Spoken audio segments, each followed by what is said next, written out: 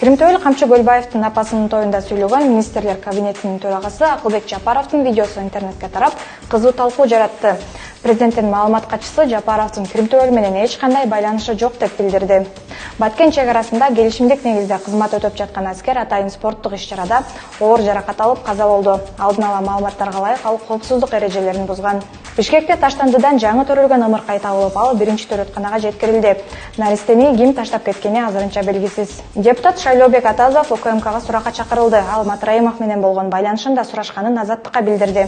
Медиахаб Матраимов менен байланышар депутаттар тууралуу видео чыгарган, анын Али Тотокуновдун YouTube каналынан көрө аласыз.